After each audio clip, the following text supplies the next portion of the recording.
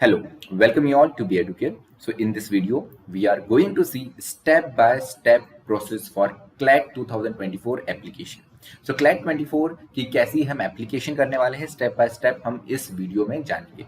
तो सबसे पहले आपको पता होना चाहिए वेबसाइट या जिसे हम कहते हैं URL that is consortium of nlus.ac.in/CLAT-2024। जैसे ही आप ये URL डालोगे तो आपके सामने ये एक लैंडिंग पेज आ जाता है। अब इस लैंडिंग पेज की बात करें तो सबसे पहले लॉगिन का ऑप्शन आपको यहाँ पर दिख रहा होगा, लेकिन हमारा फर्स्ट स्टेप क्या है? हमारा फर्स्ट स्टेप है रजिस्ट्रेशन। अगर आपने अभी तक रजिस्ट्रेशन नहीं किया है तो सबसे पहले आपको रजिस्टर के स्टेप पर क्लिक करना है। जैसे ही आप इस पर क्लिक करोगे वैसे ही आपके सामने एक डायलॉग बॉक्स आएगा जिसमें आपका name, mobile number, email ID और साथ ही साथ एक पासवर्ड आपको यहाँ पर न्यू बनाना है। तो यहाँ पर एक न्यू पासवर्ड देना है और उसी को फिर बाद में कंफर्म करना है। अब जरूरी ये है कि जो भी आप फोन नंबर डालोगे, मोबाइल नंबर डालोगे, वो जरूरी है कि वर्किंग होना चाहिए। वाई? क्योंकि इमीडिएटली उस पर ओटीपी भी एक आएगा और साथ ही साथ टिल योर एडमिशन इसी नंबर पे क्लैट से रिलेटेड सारी अपडेट्स आपको आती रहेंगी। तो सारी डिटेल भर के आपको रजिस्टर करना है। जैसे ही आप रजिस्टर करते हो तो आपको ये एक डायलॉग बॉक्स आएगा कि आपके फोन नंबर पे एक ओटीपी भेजा है। आपको करना ये है कि आपको यहाँ पर ओटीपी जो भी आएगा उसको डाल के आपको एक्टिवेट पे क्लिक करना है। जैसे ही आप एक्टिवेट पे क्लिक करोगे तो वापस से आप ऑटोमेटिकली लॉग आउट हो जाओगे। अब यहाँ पर वापस यही लैंडिंग पेज पे आपके जो पिछले वाले लैंडिंग पेज पे है आपको ये वेबसाइट जो है वो डायरेक्ट कर देंगी। तो आपको यहाँ पर जो फोन नंबर आपने डाला है वो डालना है और साथ ही साथ जो आपने पासवर्ड अभी अभी बनाया है ये डाल के आप लॉगिन कर सकते हो। तो जैसे ही आप लॉगिन करोगे तो आपके पास में जो सबसे पहला पेज आएगा दैट विल बी कि आपको undergraduate UG 5 year LLB में इनरोल करना है या आपको 1 year LLM post graduate PG programme में करना है। तो हम सबको पता है कि 12th के बाद में क्या होता है 5 ईयर LLB। तो यहाँ पर आपको क्लिक करके आगे प्रोसीड करना है। जैसे ही आप आगे प्रोसीड करोगे तो आपके पास में यहाँ पर मेन एप्लीकेशन फॉर्म जो है वो ओपन हो जाता है। मेन एप्लीकेशन फॉर्म में आप देख पाओगे कि यहाँ पे 1 2 3 4 एंड 5 ये 5 अलग अलग टैब्स है जहाँ पर आपको आपकी सारी इंफॉर्मेशन डालनी है। Will start with personal information. तो पर्सनल इंफॉर्मेशन में सबसे पहले आपको यहाँ पे आपका फोटोग्राफ और आपकी सिग्नेचर। तो फॉर्म भरने के पहले फोटोग्राफ एंड सिग्नेचर इनका एक JPEG या PNG फॉर्मेट में तैयार होना चाहिए। आपके पास में आपके फोटो और सिग्नेचर का एक कॉपी वो यहाँ पर आपको अपलोड करके सिलेक्ट करके अपलोड कर देना है। उसी के साथ में आपको यहाँ पर एप्लीकेंट जो भी है उनका अपना फुल नेम डालना है। वो नेम जो कि आपके 10+2 के सर्टिफिकेट पे मतलब आपके 10th क्लास के आपके 12th क्लास के सर्टिफिकेट पे जो आने वाला है अगर आप 12th पास हो गए होगे तो वो जो आपके 12th क्लास की स्टैंडर्ड मार्कशीट पे जो आपका नाम होगा वो आपको डालना है। तो यहाँ पर ये एक बहुत ही जरूरी है कि आपको 10+2 मीन्स आपके 12th में जो नाम होगा आपकी मार्कशीट पे या आने वाला होगा वो आपको डालना है। तो एक बार जरूर चेक कर लीजिए अगर आपने एप्लीकेशन फॉर्म अगर अभी तक आपने ये एप्लीकेशन फॉर्म में प्रोसीड करना है आगे तक ये जरूरी है क्योंकि हमको ये जानना जरूरी है क्योंकि आपकी जो 12th की मार्कशीट का नेम आपका यहाँ से मैच होना चाहिए तभी आगे के जो प्रोसेस के लिए आपको कंसीडर करेंगे, खासकर एडमिशन के टाइम पे जब आप NLU में एडमिशन करने जाओगे। उसके साथ में अगर हम देखें तो आपको अपना जेंडर डालना है, डेट ऑफ बर्थ, ठीक है। उसके बाद में आपके पेरेंट या गार्जियन है जिसमें आपके फादर मदर का नाम आप डाल सकते हैं जो भी आपके हेड ऑफ द फैमिली है। अब एक और इम्पॉर्टेंट है कि do you qualify under NRI category, non residential Indian. इस कैटेगरी के लिए अगर आप क्वालिफाई करते हैं तो वैसा आपको सिलेक्ट करना है, नहीं तो आप नो दबा सकते हैं।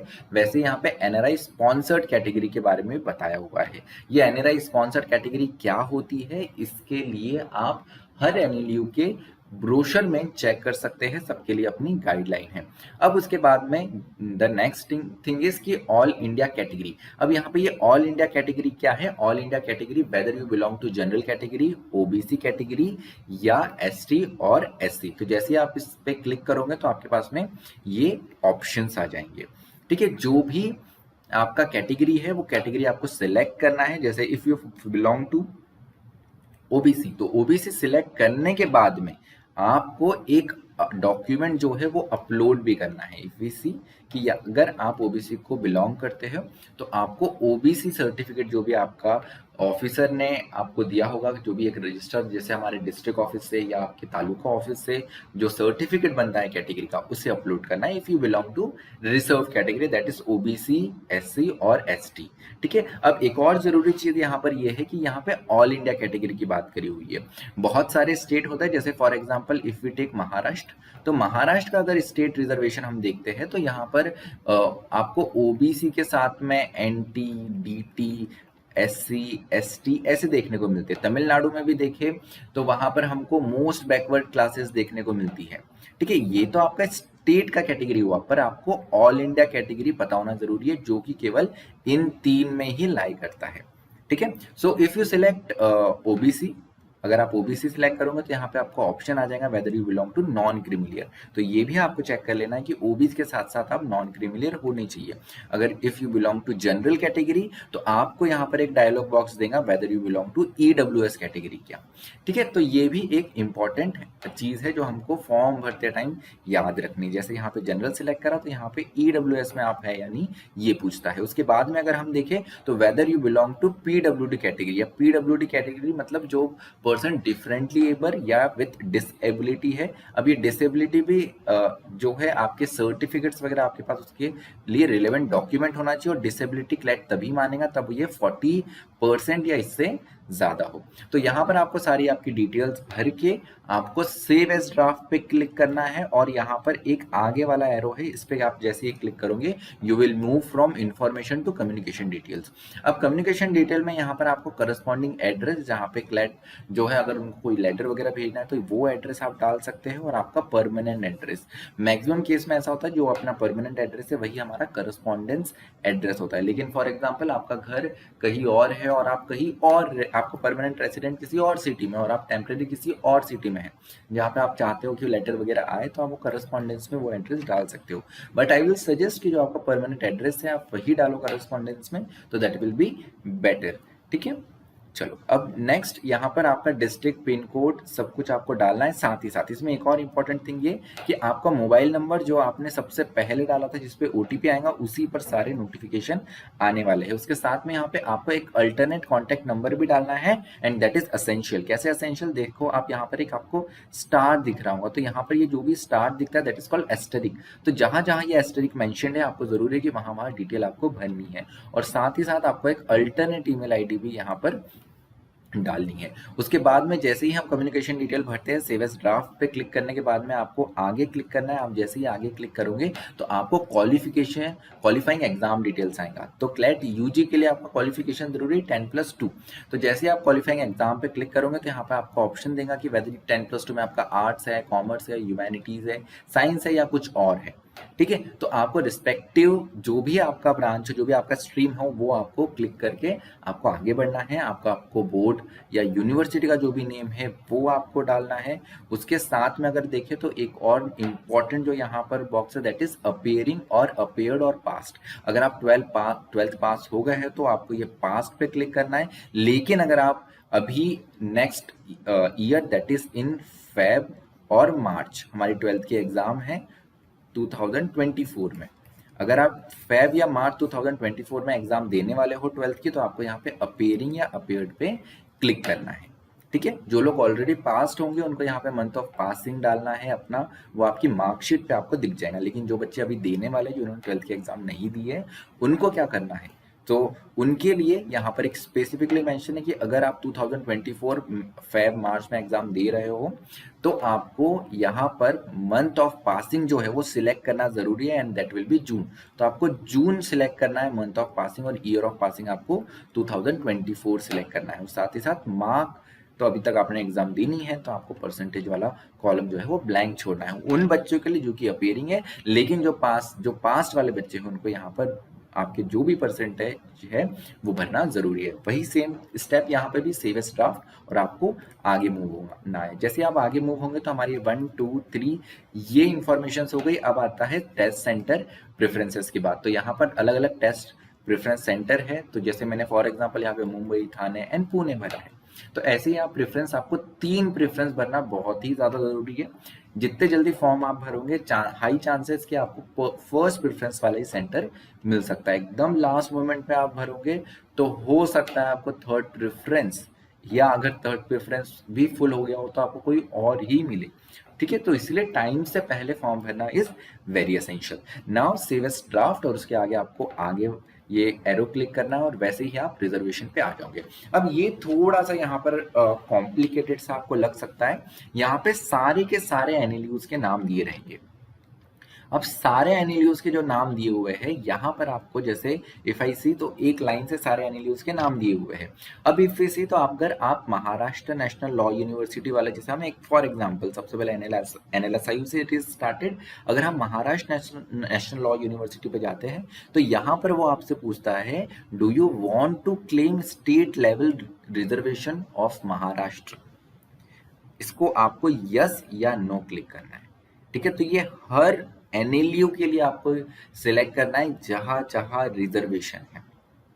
Important for girls also, because बहुत सारे एनएलयूज में भले ही आप जनरल कैटेगरी को बिलोंग करने वाली गर्ल हो, बट स्टिल वहां पे हॉरिजॉन्टल ऑल इंडिया रिजर्वेशन है। तो हर एनएलयू के आगे अगर आपको वहां पे रिजर्वेशन क्लेम करना है या नहीं, वो सिलेक्ट करना है। अब जैसे महाराष्ट्र नेशनल लॉ यूनिवर्सिटी में केवल स्टेट रिजर्वेशन है, तो यहाँ पे केवल वही क्लेम कर सकते हैं जो कि महाराष्ट्र के डोमिसाइल्ड हो या महाराष्ट्र के रेसिडेंट हो, जिनके पास में दैट डोमिसाइल सर्टिफिकेट हो।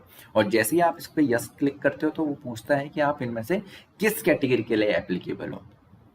इन कैटेगरी को बिलोंग करते हो तो ठीक है, otherwise you have to click non applicable. तो ऐसे हमको सारे एक एक एनएलयू के आगे, जैसे आप बात करो बेंगलोर की, if you are resident of Mumbai, आपके पास मुंबई का डोमिसाइल है, महाराष्ट्र का डोमिसाइल है, तो ऑब्वियसली एनएलएसआई के सामने मुझे क्या क्लिक करना है, यहाँ पे नो।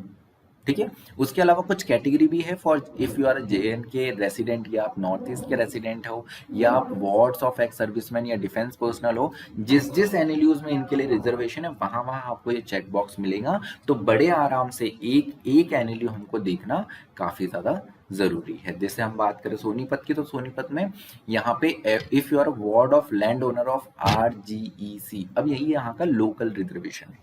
बिलोंग करते हो तो टिक करो, नहीं तो आप इसको छोड़ सकते हो। अब जैसे if take one student is resident of Maharashtra, तो ये सोनीपत हरियाणा का है, तो आपका हरियाणा के डोमिसाइल हो क्या, नो, तो आपको यहाँ पे नो पे क्लिक करना है। कुछ एनएलयूज ऐसे हैं जहाँ पे रिजर्वेशन सिर्फ ऑल इंडिया है, तो वो डिफॉल्ट ही आपका ऑटोमेटिकली आ जाएगा, तो परेशान नहीं होना है कि यहाँ पर ये क्यों नहीं आ रहा है सर। ठीक है, क्योंकि अगरतला में इस स्टेट रिजर्वेशन नहीं है, इसलिए वो डोमिसाइल का पूछ ही नहीं रहा है आपसे। वहां पे जनरल या हो सकता है वहां पे कोई रिजर्वेशन हो ही ना।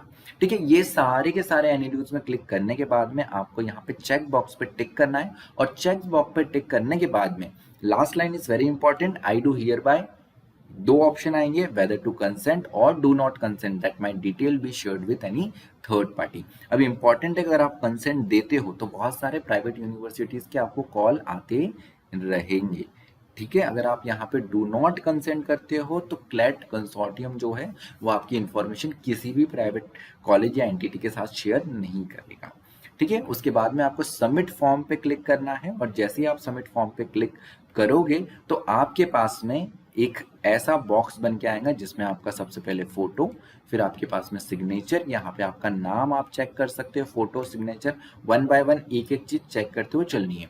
फिर उसके बाद में आपका एप्लीकेशन नंबर जनरेट हो जाएगा, इसको नोट करके रख लेना या स्क्रीनशॉट निकाल के रख लेना।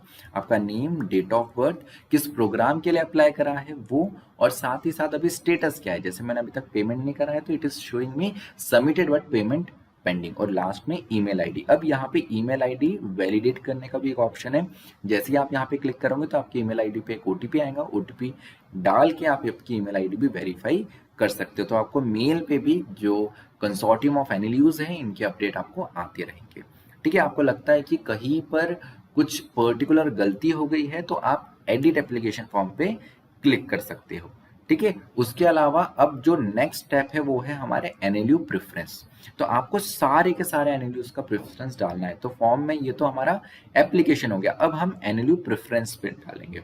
तो एनएलयू प्रेफरेंस पे आप जैसे ही क्लिक करोगे तो आपको एक ऑप्शन आएगा कि आपको एनएलयू प्रेफरेंस जो है वो आप कितने भी बार चेंज कर सकते हो टिल November 3, 2023। ठीक है, 11:59 तक जब तक हमारा क्लैट का फॉर्म है। अब यहाँ पे हम देखें तो लाइन से 33 प्रेफरेंस दी हुई है। एक बड़ा क्वेश्चन ये आएगा कि सर इतने तो कॉलेजेस है भी नहीं, 33 एनएलयूज कहाँ है सर? बराबर बात है आपकी, एकदम 33 एनएलयूज नहीं है। लेकिन हर एनएलयूज की अगर हम बात करें तो कुछ कुछ एनएलयूज हमको ऐसे दिखेंगे जिसमें बीएलएलबी भी है, बीबीएलएलबी है, कुछ एनएलयूज ऐसे दिखेंगे जिसमें बीएलएलबी और बीएससी एलएलबी है। तो इनके अलग अलग प्रेफरेंसेस यहाँ पर आएगी। ठीक है, तो आपको उस अकॉर्डिंग अपना लिस्ट जो है 33 के 33 ऑप्शन को आपको फिल करना है। आप एक दो फिल करके नहीं छोड़ सकते, आपको सारे के सारे प्रेफरेंस भरने हैं। ठीक है, so this is very important for this. आपको जल्द ही एक प्रेफरेंस लिस्ट जो है वो बी एडुकेयर की भी सजेस्टेड एनुअल प्रेफरेंस लिस्ट भी आपको जल्द ही मिल जाएंगी। तो just stay tune to our channel. उसके बाद में अगर हम बात करें, जैसे ही प्रेफरेंस लिस्ट सारे एनालिस्ट डाल के हम आगे बढ़ते हैं तो हमको यहाँ पर मेक पेमेंट का ऑप्शन आता है। और मुझे यहाँ पर मेक पेमेंट में जैसे ही करूँगा तो एप्लीकेशन फीस अगर जनरल कैटेगरी बिलोंग कर रहे हो तो दैट इज 4000 रुपीज़। अगर आप रिजर्व कैटेगरी को बिलोंग कर रहे हो तो दैट विल बी 3500। अगर आप प्रीवियस ईयर क्वेश्चन पेपर चाहते हो तो आप यहाँ पर यस या नो सिलेक्ट कर सकते हो। यस अगर आप सिलेक्ट करते हो तो for that CLAT will charge another 500 rupees. और उसके बाद में आपको कंफर्म पेमेंट आप जैसे ही कर लोगे तो यहाँ पर आपका जो होम पेज पे पेमेंट स्टेटस है वो सक्सेसफुल हो जाएगा। आपको मेल और आपको आपके नंबर पे एक एप्लीकेशन फॉर्म सक्सेसफुली सबमिट हो गया है इसका मैसेज आ जाएगा। तो ये है हमारा स्टेप बाय स्टेप क्लैट 2024 का application form, that how to fill this CLAT 2024 application form. Thank you so much for listening me. Stay tuned to be educated.